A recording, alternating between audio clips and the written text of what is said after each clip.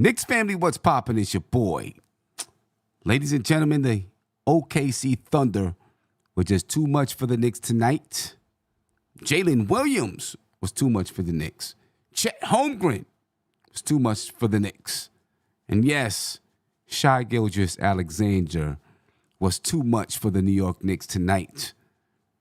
Happy holidays to you anyway, ladies and gentlemen. Hopefully you had a great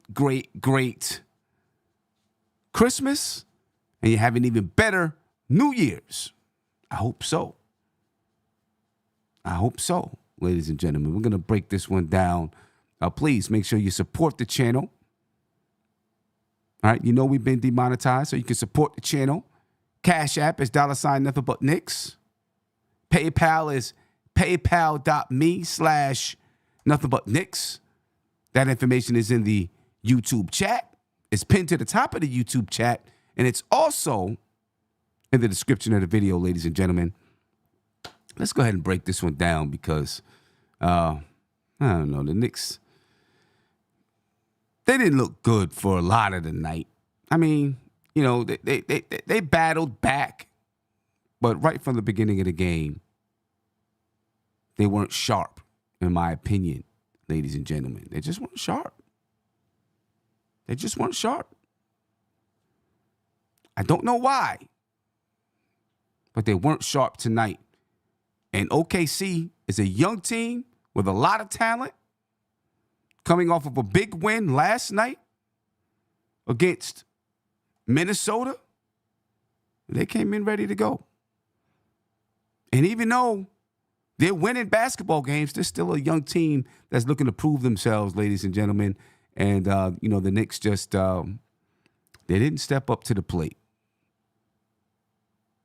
Right off the bat. You know, you could see that OKC was going to get to the basket whenever they wanted to get to the basket. They were knocking down threes. They took a double-digit lead in the first. They dropped 38 points in the first quarter. 38 points. The Knicks battled back in the second quarter with the bench unit.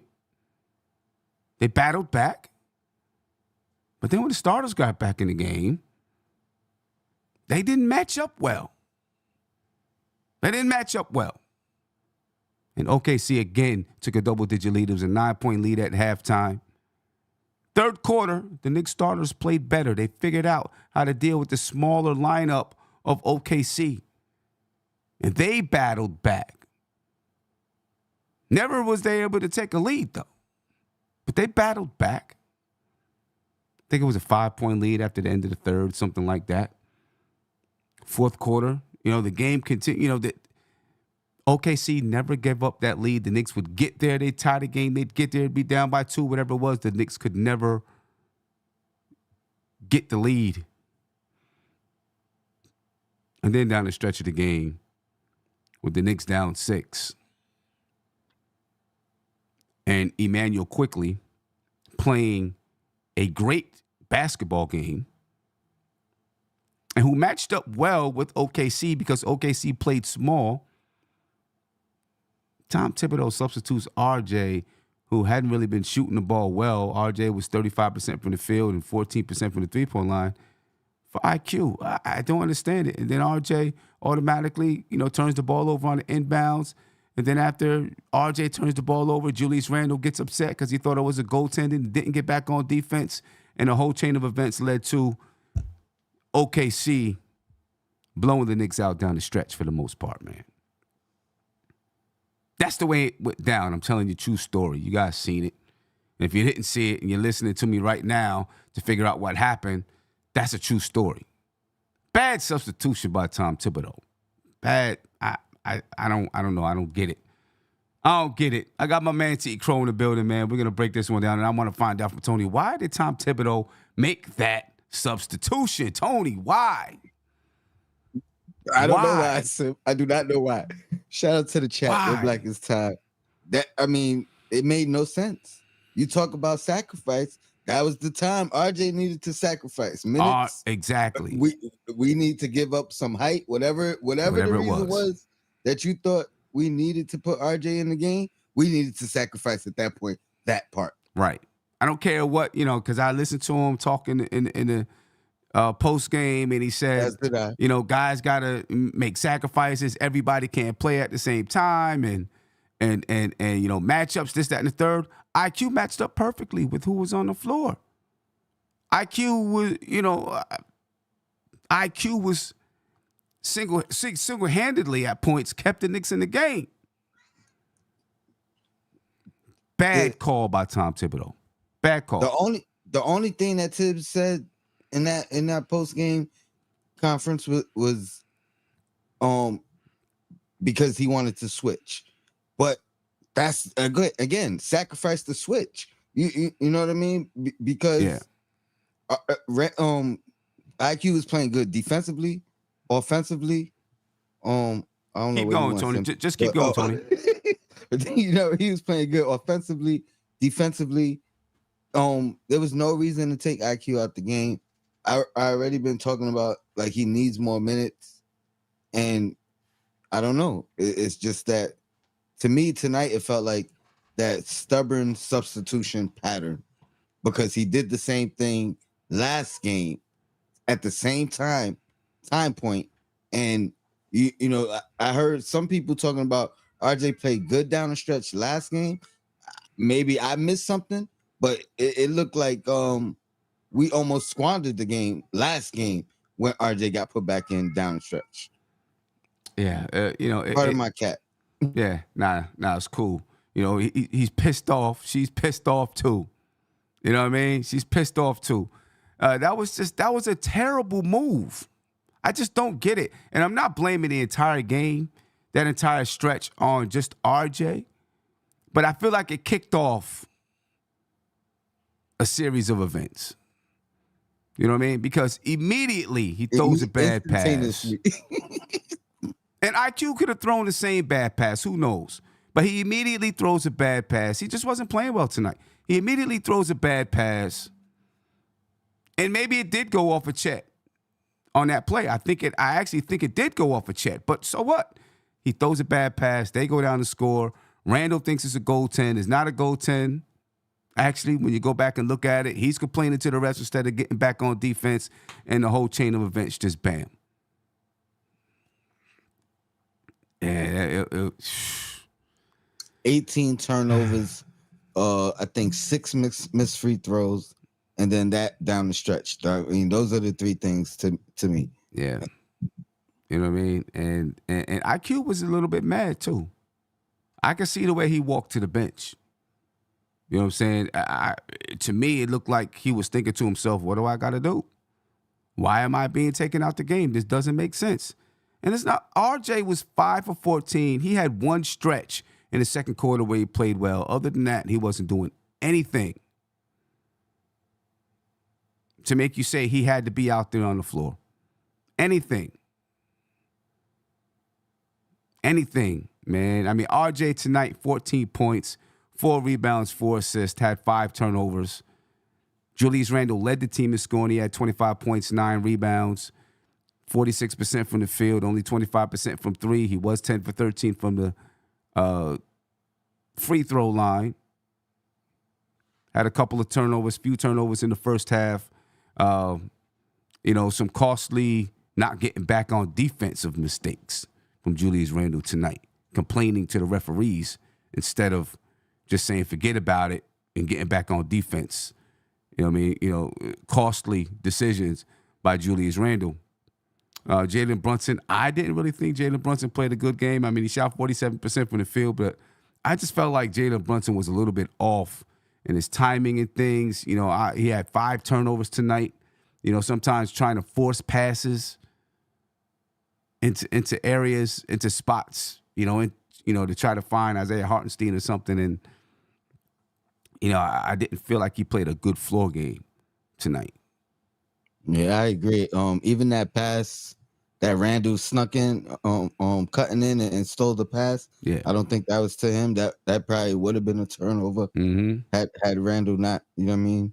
Right. Been cutting at that same time. So I agree 100%. Yeah, and then Dante DiVincenzo, 17 points. He was really kind of hot all game. You know what I'm saying? He was hot all game long, and I don't think he got back in the fourth quarter until late in the fourth.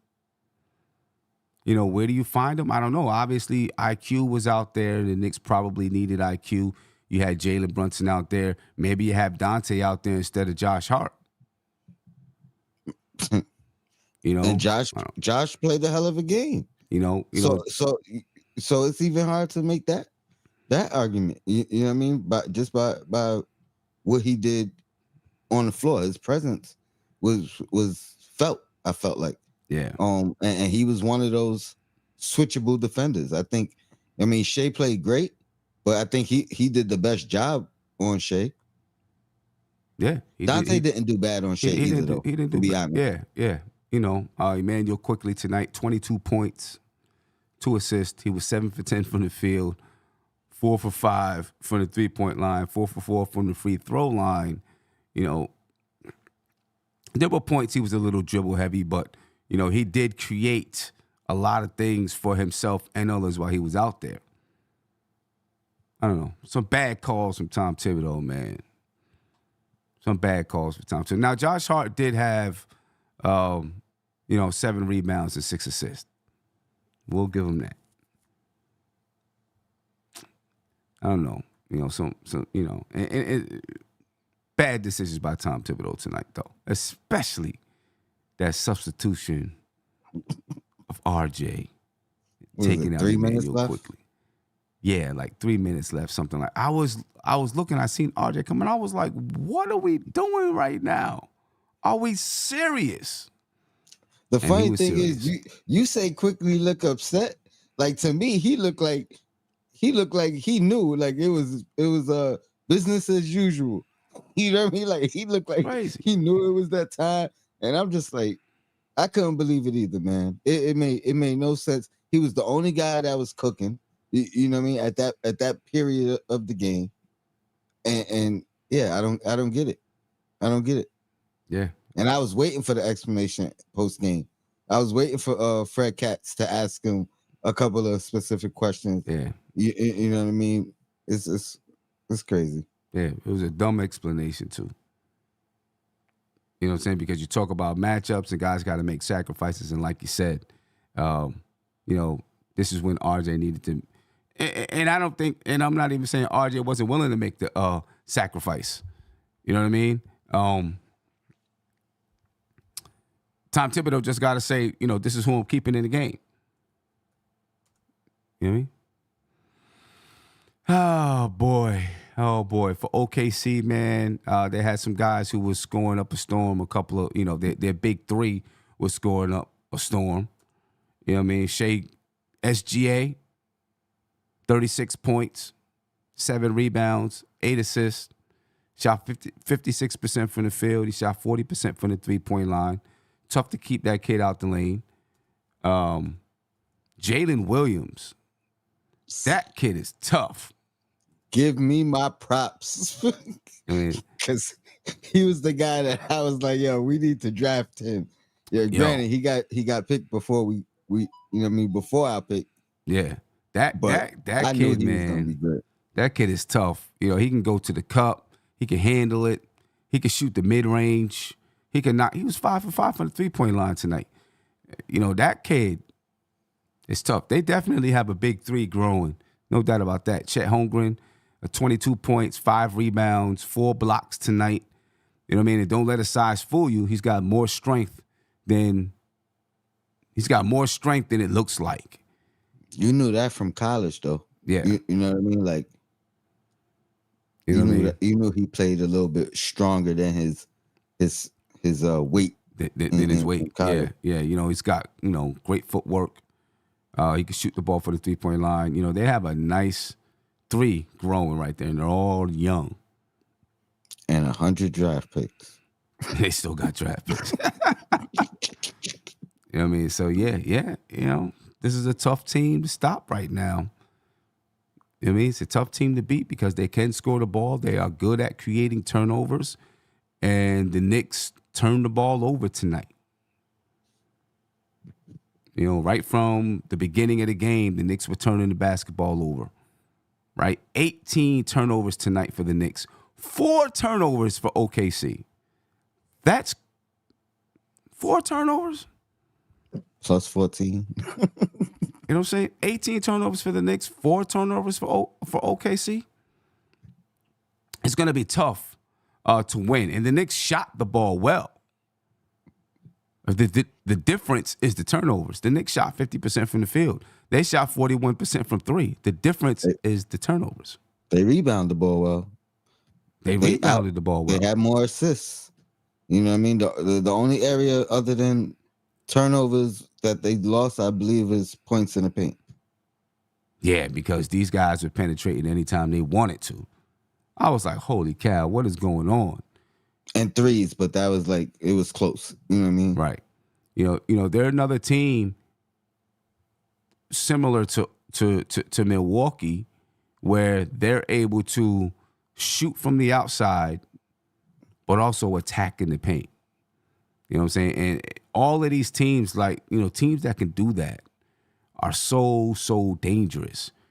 You know what I mean? Because it's almost impossible to defend them. You know, teams that can do both efficiently. You know what I mean? And obviously, OKC is a team that can do both of those things efficiently, and they did it tonight. Right? They shot 54% from the field. They were 43.8% from the three-point line. Right? But like you said, they had 62 points in the paint. The Knicks had 50. They had 22 fast break points. The Knicks had 12. You know what I mean? But what it came down to, still, in my opinion, is, you know, late game execution. You know what I mean? Turnovers down the stretch of the game. Those turnovers again. You know, but late game execution, bad coaching decisions.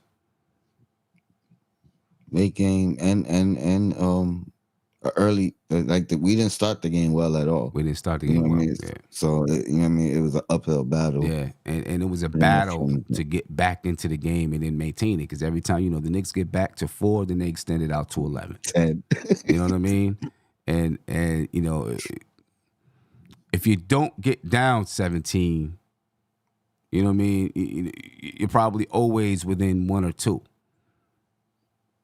You know, maybe have a lead, you know, maybe within 1 or 2. But, you know, when you get down 17 points, now you got to battle back, get to within 4. Then, of course, they're going to go on a run, you know, and this is the result. 129 to 120, the Knicks lose to OKC. And they're in the middle now of a stretch of games that are actually tough. Right? Teams that you didn't expect to be very good this year. I don't want to say very good, but teams you didn't expect to be what they are, you know, that's who the Knicks are facing. So, you know, they're facing some teams that, you know, they haven't played against them this season. They haven't had a chance to feel them, touch them, play against them to know, all right, this team is fast, this team is strong, this team is this team is that. Mm-hmm. Even though you played against them last season, they're different now, right? Okay, it's different because they got Chet out there on the floor. Mm-hmm. You know what I mean?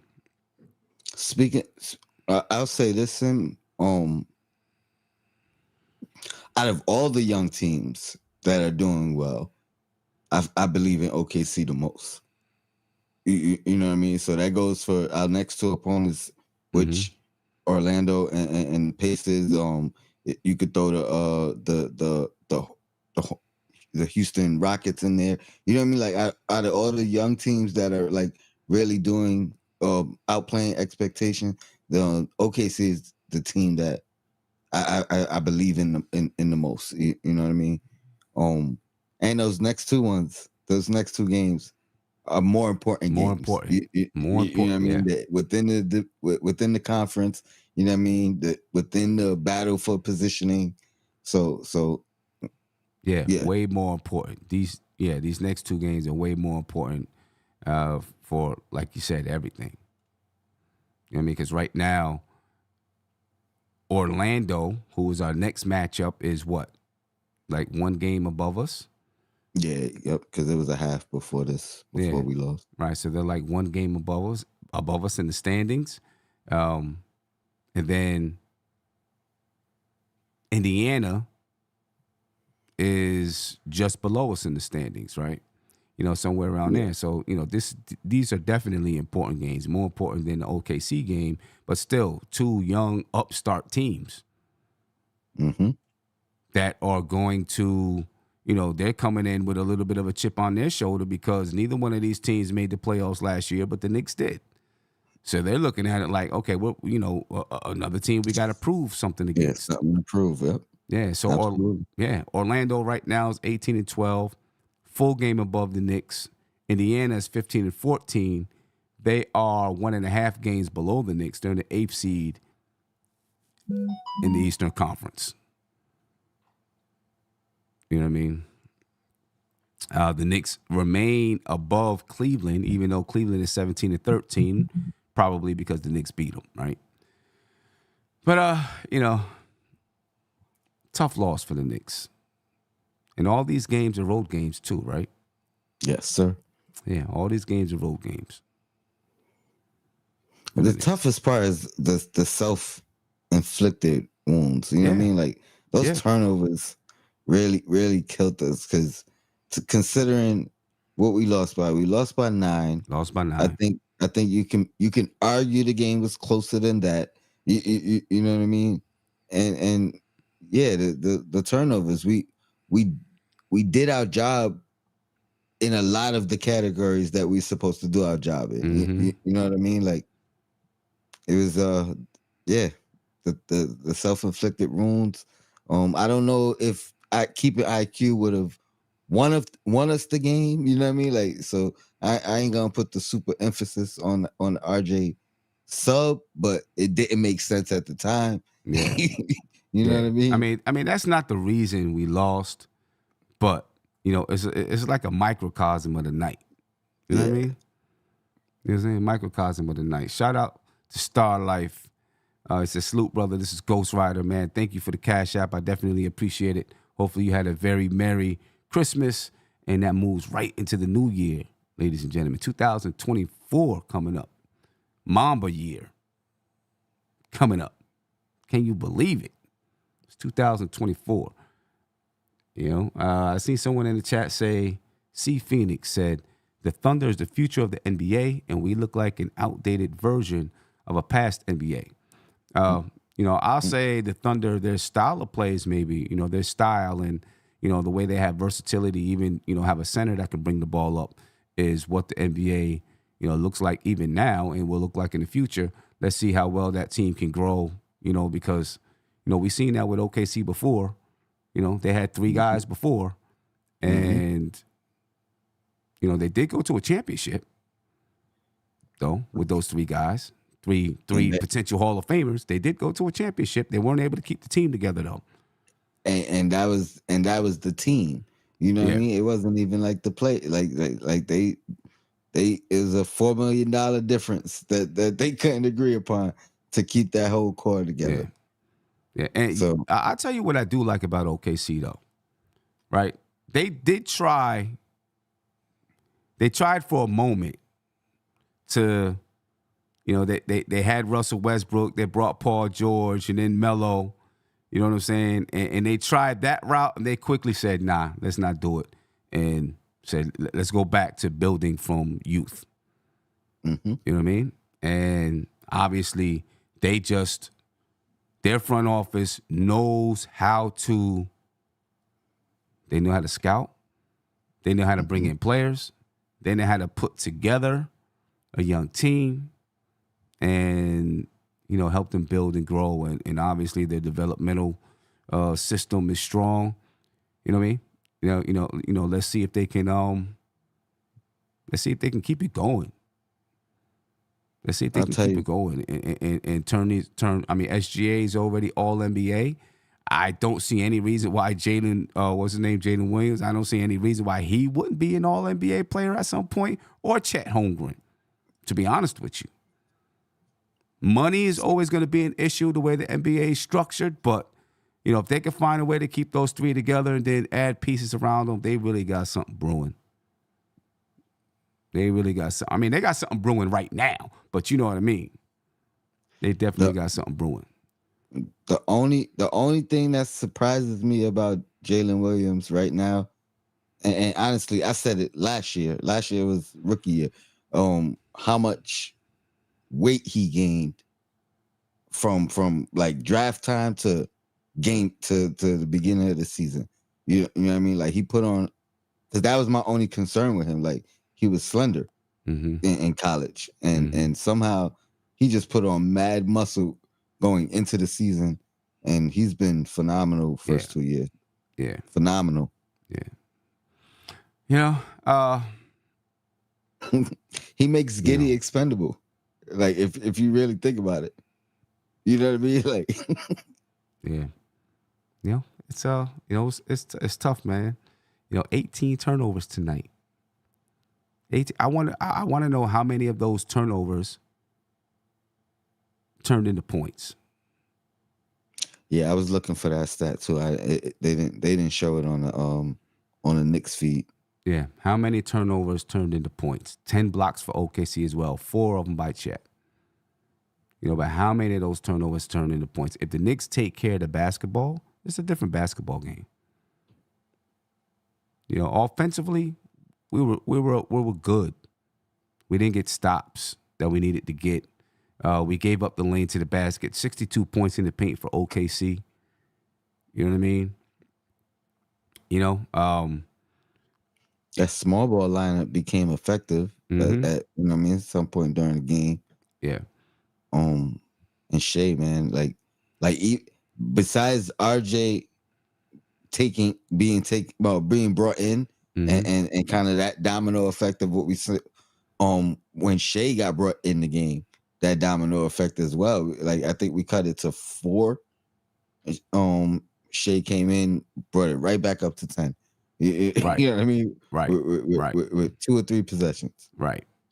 And they asked Tom Thibodeau about the defense. Are we where we need to be defensively? He didn't really have a clear answer for it. It was, I look at the teams that we are playing, what they're doing offensively and this and that, but I'm like, it don't just play defense. It don't matter. I mean, I know what they're doing offensively, good, but if you have a good defense. What did you take from that? What did you take for that? What did I take from that? I have a take from it. What did I take from that? That he's covering up for the team not playing well defensively. That's what I took from it. You thought he was just trying to be politically correct. Okay. Tom Thibodeau's not the kind of guy that's gonna, just straight up, trash his team and stuff. That's a fact. He's always gonna try to spin it into a positive.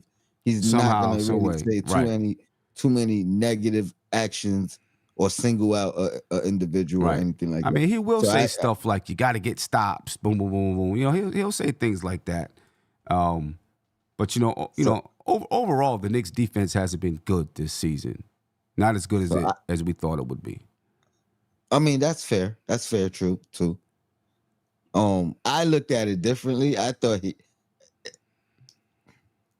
for me, when I was listening to him, I thought he was saying, it felt like he was still trying to figure out how to adjust from the absence of Mitchell Robinson. Well, that could be too, and make an adjustment, if you will. You know what I mean? Because I think it is an adjustment at this point for him, philosophy wise and everything. So that's the way I took what he was saying. But I mean, I think what you're saying makes a lot of sense too. You know what I mean? Rather than say anything negative and even as little as it's not where it needs to be. What I mean? Just kind of give explanations. He does that a lot too. So. Yeah, Josh said the team is winning games by not playing defense. Well, then by your logic, the team is also winning games by playing isolation, if that's what you call it. They're also winning games by not having another guard. They're also winning games by not having all these things that you always complain about, right? So, what's that mean? They need to play better defense if they're going to win basketball games. 62 points in the paint, and it wasn't like they had a big guy posting up.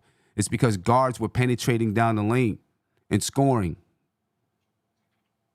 You know what I'm saying? Guards were penetrating down the lane and scoring. That's why they had 62 points in the paint.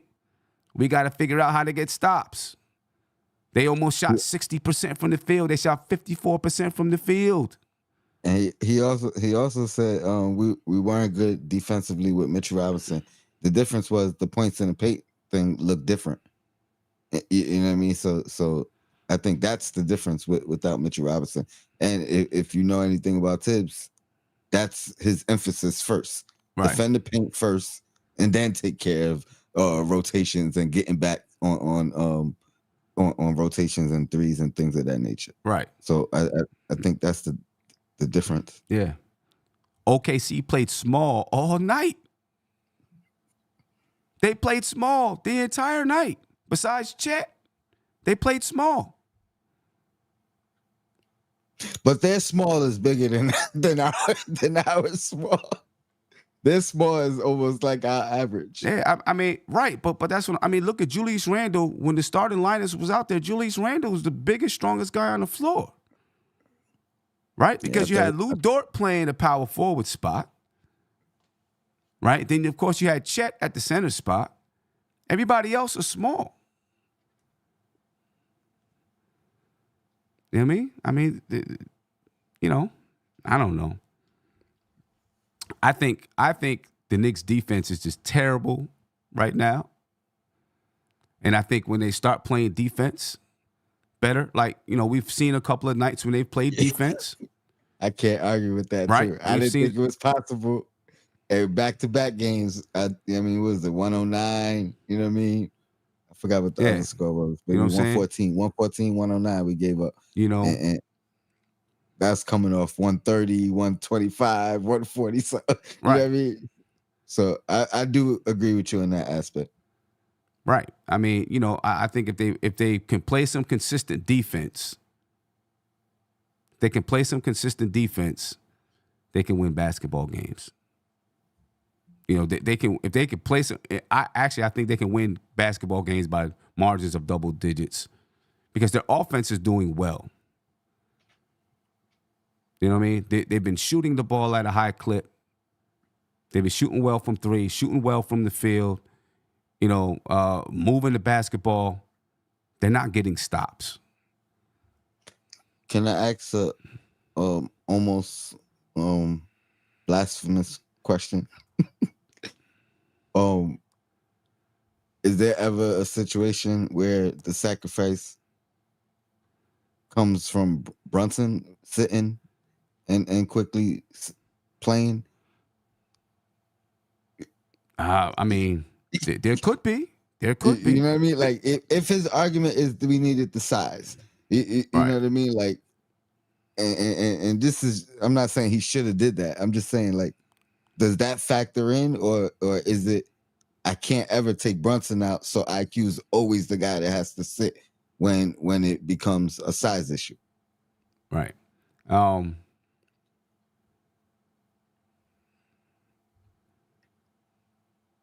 mean, he's not going to take Brunson out. He's not going to take Brunson out. I mean, I don't think he is. You know what I mean? But I'm just trying to make it. If that's your argument, you got to be consistent in it. That, you know what I mean? Right. Like that's my only point. And I'm not one of the Tibbs haters. I support Tibbs. You know what I mean? But sometimes his decision and then his explanation don't match up. Yeah. And then it becomes like, all right, I'm not stupid. You know what I mean? Like, Right. Rebuild said this isn't a defensive team. Who on this team can defend? So then how do you explain last season? Obi was the difference. Yeah, Obi was the difference. Right? This team has shown that they can defend. You know what I mean? They have guys that can defend. This team has been a good defense. They were a good defensive team last year. They had ups and downs. They had stretches, and most teams are going to go through those kind of stretches. But this team has shown that they can defend. You know what I mean? I'm just saying, either way, I don't think this team is outscoring teams every single night. I still believe that sweet spot is somewhere around a pace that brings them around 115, 116, 117 points. I believe that's a sweet spot in pace for them. Obviously, they'll win games by scoring more. They'll lose games by scoring more. They'll lose games by scoring 115, obviously. But I feel like that's a sweet spot for them when it comes to pace and scoring. You know what I mean? But, you know, if you're not going to get stops and you're going to turn the ball over, you're going to lose. You know, you're going to lose. And OKC, you know, they shown that, you know, the turnovers were not just the Knicks just throwing the ball all over the place. They were getting their hands in the passing lanes. You know what I mean? They were getting deflections. They were jumping the passes. You know what I mean? When they're in the lane, maybe you probably could have called some fouls, but you know, they're getting their hands in there, right? They're getting their hands in there and making it difficult when you get inside. You know what I mean? They're not just letting you be inside. You know what I mean? And where the Knicks, this season, when teams have gotten inside, they're not really getting there to help their teammate. Some nights they are when they're really motivated, right? But, you know, just in general, it doesn't feel like, you know, they're clamping down defensively. Yeah, I don't know. I feel like they got to figure out, you know, this thing on the defensive side. I mean, I feel like they got to figure it out on the defensive side. It's going to be tough. Well, we know who the scapegoat of the night is. Yeah, got to figure it out. Yeah, I don't. I mean, my key decision is the RJ thing, although that's not definitive. That's not the definitive thing that lost us the game. You know, it was just a baffling decision. So that is my key decision for the night. My key play, my key decision. That whole sequence, RJ and then Randall, you know, not getting back on defense. You know, just kind of signified the downfall of the Knicks. You know what I'm saying? It just kind of, you know, that got the ball rolling, in my opinion.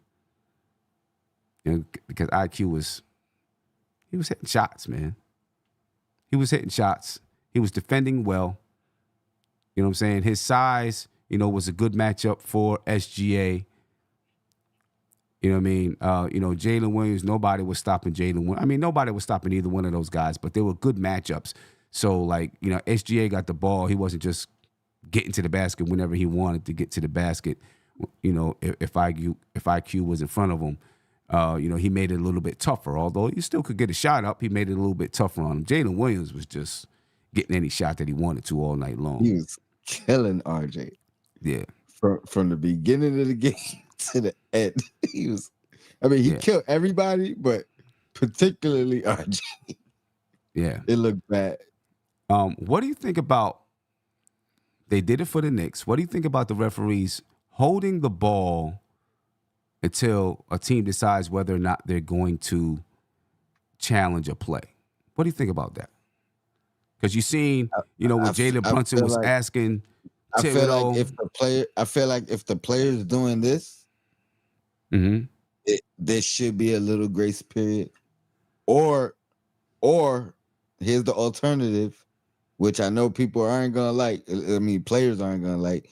If you do this, like, because it's considered a coach's challenge, so maybe the player isn't allowed.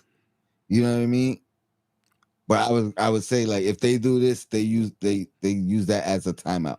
You know what I mean? And now you got that, you have a grace period after the timeout. Right. To, you know what I mean? For the coach to either use the challenge or just keep it as a timeout. Yeah. Because, you know what I mean? The player has the right to call the timeout. Right. So if you see a player doing this, you know what I mean? You know that, to me. So that's where I feel like I don't have a problem with it. But if you want to clean it up, maybe this becomes an automatic this, and then now you got to make that decision quickly. Are you challenging, or you know what I mean? Right. because the player can't challenge, the coach has to. Because the tough thing is when the ball is inbound. Once the ball is inbounded, you no longer can challenge that play, right? So if the referee is holding the ball and you see an OKC like, and the referee is holding the ball, what I mean? It's like, why are you holding us up from, being? I guess it does stop a team like as soon as if a play looks like it could be challenged, the team hurry up, gets the ball in bounds. You know what I'm saying? So now the coach never gets a chance to challenge. I guess it does stop that from happening too. What if you have, as the referee, know that might have been a quick whistle, or you know what I mean? Like you might have, you wasn't 100%. You know what I mean? Like maybe you want to save face a little bit. Yeah, I don't necessarily have a problem with it. They did it back for OKC as well on the other side. So as long as you keep it fair and keep the integrity there, that I don't have a decision. I don't have a problem with it. If you're benefiting one team more than the other, then right. You know what I mean? Now it gets a little sketchy. Yeah. How long do you hold it as the ref? How long do you hold it? I mean, the funny thing is there's situations where the ref holds the ball when it's not a challenge. You know what I mean? Like it's just trying to be a quick inbound or trying to run the play. Like I've seen that plenty of times, more so from a Knicks perspective, because that's when I like noticed it. But I see Brunson like, come on, give me the ball, give me the ball, trying to get a quick inbound. Yeah. And so the fact that it happens when it's not necessarily a challenge either, again, it keeps it more into that fair game thing. I don't know why they're doing it ever, but you know what I mean? Yeah. I've seen it when it doesn't necessarily affect a challenge. Right. Well, sometimes the referees have to confer, or they're looking at another referee to see if something was boom, boom, boom, or anything like that. You know what I mean? I was just wondering about it when I seen it tonight, because I'd never really paid attention to that. This was the first time I've seen it as well. You know what I mean? Never really paid attention to that. So, we'll see if it's something that becomes apparent in the NBA, where now they have to look at it and say, okay, what's going to be our do we make a rule change, or what's going to be our policy regarding that? You know what I mean? So yeah, we'll see. But they clearly held the ball. I mean, the dude was like looking for the ball, trying to get the ball from the ref, and he held it on his hip. Like, hold on, wait a minute. He jumped on side to side. The ref kept moving the ball side to side. Like, no, you're not gonna get the ball. You can't just take it from me. Right, exactly. Yeah, if you do that, you just take it from me. Then it has to, that has to be a tech. Yeah. So they weren't gonna do that. I don't know. In your estimation, Tony, what do the Knicks need to do? I mean, I'm not panicking from the loss. Yeah. Because the Knicks could have won the basketball game. You know what I'm saying? Nor am I. I mean, keep doing what we're doing. You know what I mean? Like 18 turnovers is very uncharacteristic of us. You know what I mean? So to me, that's not like trendy. That's not something that's gonna continue to occur. And like I said, we won a lot of the areas that we usually need to win a game. Mm-hmm. So if we clean that part up, I feel like we're in this game. So I'm not gonna go crazy. Just keep doing what we've been doing. We've been on a nice little stretch. You know what I mean? We got 2 very important games, big games coming up. You know what I mean? Let's take care of those guys. We haven't seen either one of them, so it's gonna be new. You know what I mean? Like new for the season. So you know what I mean? Let's come out with energy. Let's win the first quarter. Let's close out quarters. Let's close out the game. You know what I mean? Like I'm not very concerned with this loss either. Yeah. Greg said, tell me why Tibbs didn't use his second challenge for Taj when he got shoved down to the floor on that offensive foul, but calls a timeout right after to complain to the refs when he could have used it for a challenge. I agree 100%.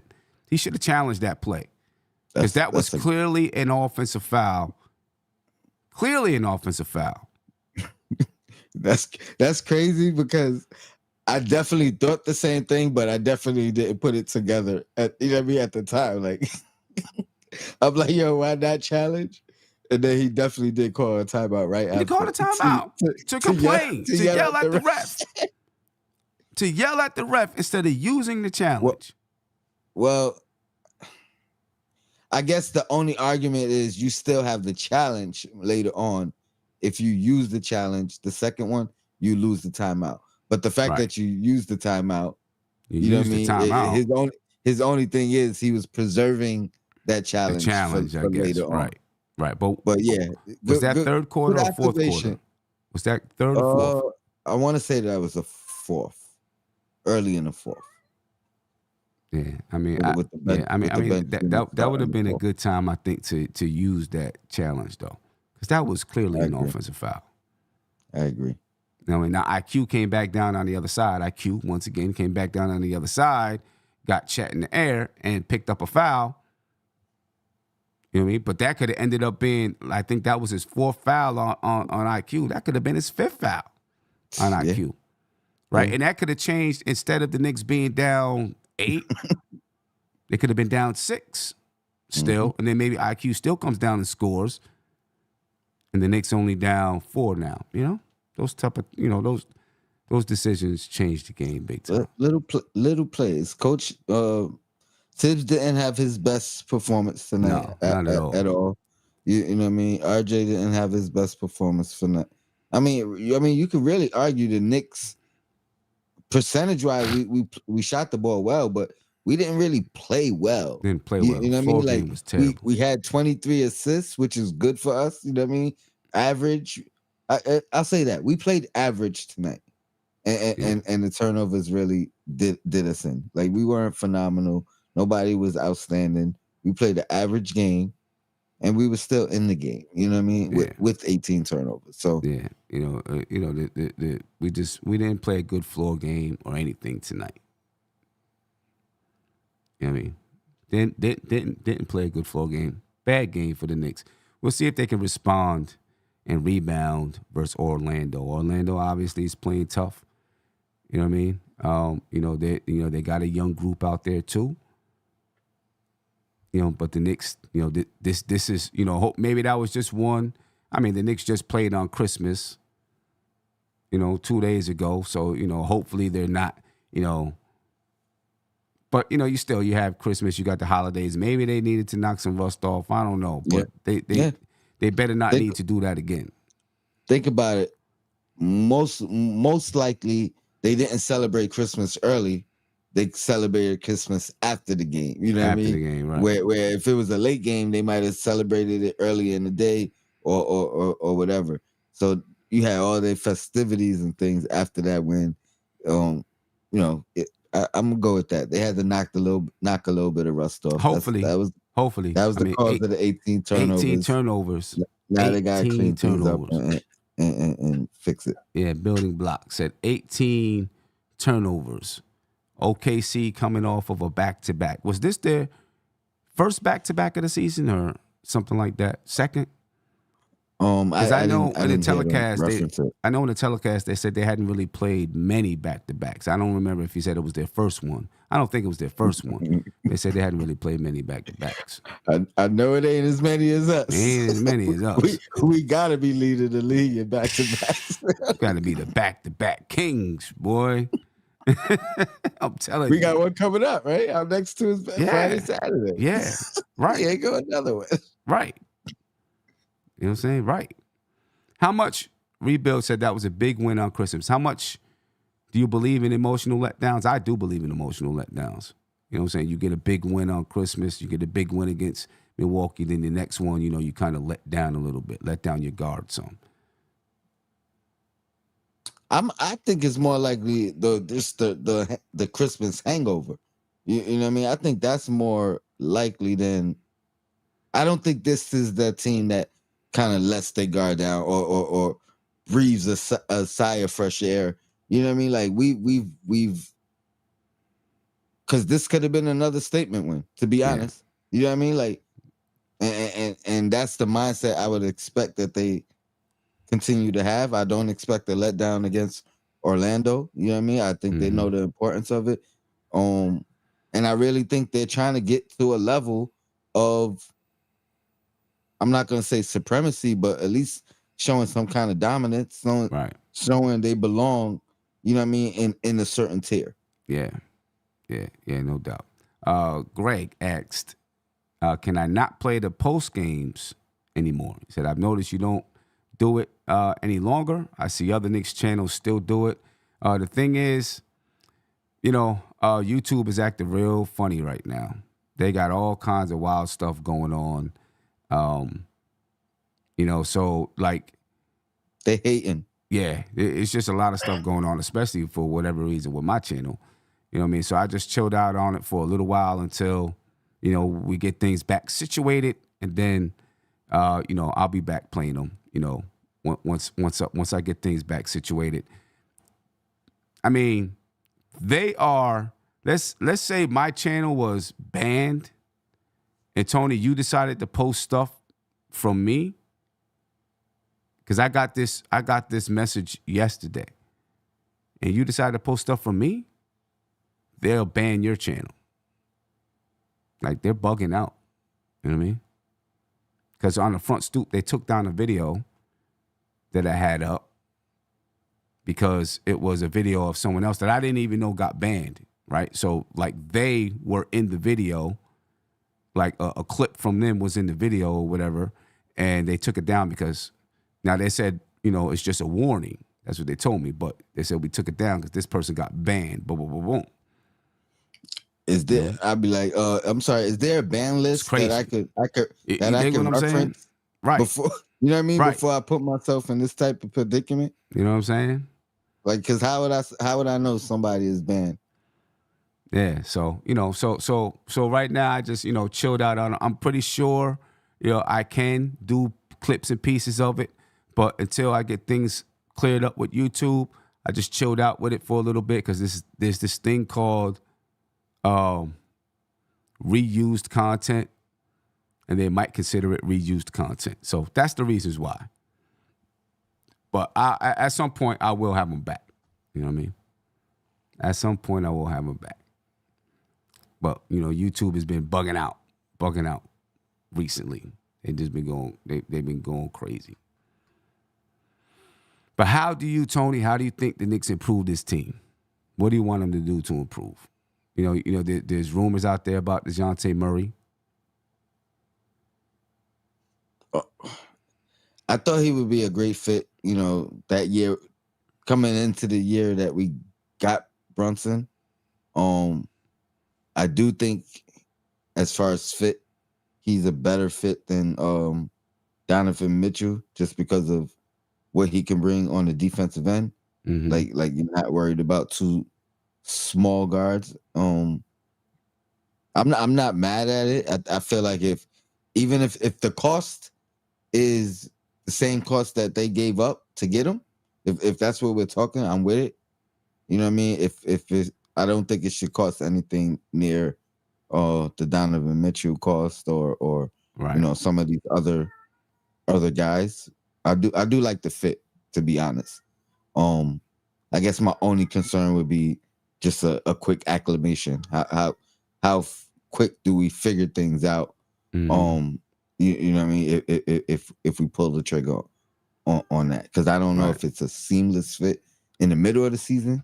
If it was like coming into off season and everything else, I would love it. Right. Now, he is another ball handler, another creator out there. He can obviously play defense. I think he adds to our defense big time. What's he like, 6'4", 6'5"? At least 6'5". Yeah. I thought he was, I think he might be 6'6". Yeah, so there could be I think he could be a good fit next to Brunson. Obviously, like you said, how do we get adjusted? Who gets moved? If that were to happen, you know what I mean? How does your lineup turn around? And of course, you got to start to figure things out on, kind of on the fly. You know what I mean? But, I wouldn't mind seeing DeJounte Murray play for the Knicks, although I do have some questions about his character just a little bit. You know, just some things that I've seen after he left San Antonio made me question it a little bit. You know what I mean? And then he gets to Atlanta and they just like plummet. The interesting thing is, you know, they say the Knicks have interest, but they don't specify who. And we know that's been the Knicks. Like, that's been the one thing you could count on with the Knicks when they're looking into acquiring somebody. Character is always like one of the first things they look at. So Right. it's interesting that, you know what I mean, all these things pop up and then the Knicks supposedly have interest. The other interesting aspect is obviously the clutch sports aspect. Yeah, exactly. Yeah. That's a big aspect right there. So I'm like, yo, you want? I was gonna, because I forgot OG's not with Clutch no more. But I was gonna say, yo, you want to work with us with this one? You might as well make it a double whammy.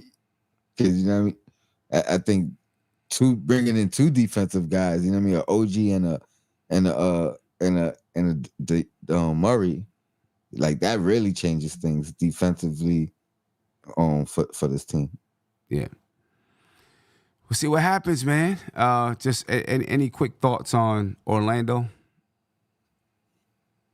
Long term, like I said, I feel like their lack of experience will eventually catch up to them, whether it's during the season or you know, in the playoffs. Mm-hmm. But I think they are a super talented young team with a bright future.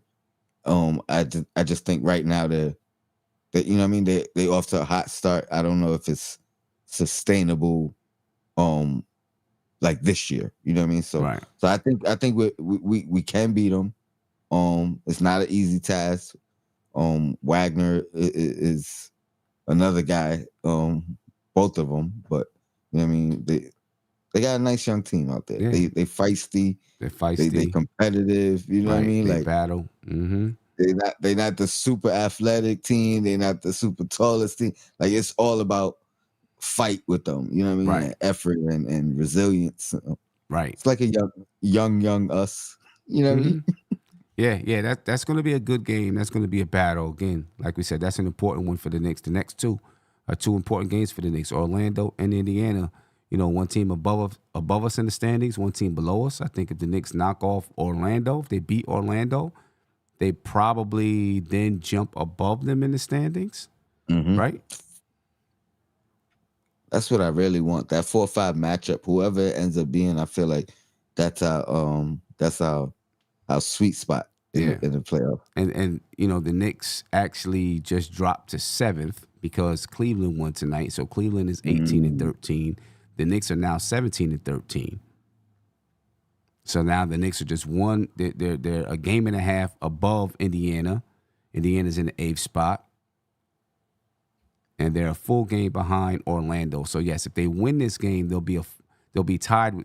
Both teams will be 18-13, right? And so the Knicks would be able to jump in front of them because they would have the lead in the 1-1 head-to-head match. And right now we're tied with Cleveland, but they're above us. No, Cleveland's 18. Above us. They're above us by half a game. Okay. Yeah, because they won tonight. Wow. They was losing too, I thought. Yeah, Cleveland beat Dallas 113-110. Oh wow. They was down in the fourth quarter when I looked. Yep, they beat Dallas 113-110. You know, other games around the league, the Raptors beat the Wizards 132-102. The 76ers beat Orlando 112-92. Milwaukee beat Brooklyn 144-122. Phoenix beat the Rockets 129-113. Yep, all the scores around the league, ladies and gentlemen. Yeah, Hartenstein had problems with Chet tonight. Yeah. Yeah. Let me see. Michael Caraviglio. Hopefully I said your name right. Caraviglio. He said, no, that's not the one I was looking for. He asked about Sadiq Bey and Murray on this team. I mean, if you can get Sadiq Bey and DeJounte Murray, I mean, that, you get the backup power forward. And then, of course, you get, a defensive wing. You know what I mean? Both of those guys could fit well with this basketball team. And both guys can shoot it from three. Now, where does, how do you find room for? Obviously, you're going to have to move somebody to get a Sadiq Bey and Murray. You're going to have to move people. Yeah, so, two rotational guys. Two rotational guys that you got to figure out how to fit, into the lineup. Obviously, you're going to move other rotation guys too. So, yeah. There we go. I think I like, if you had the choice between Murray and Bey and Drummond and DeRozan,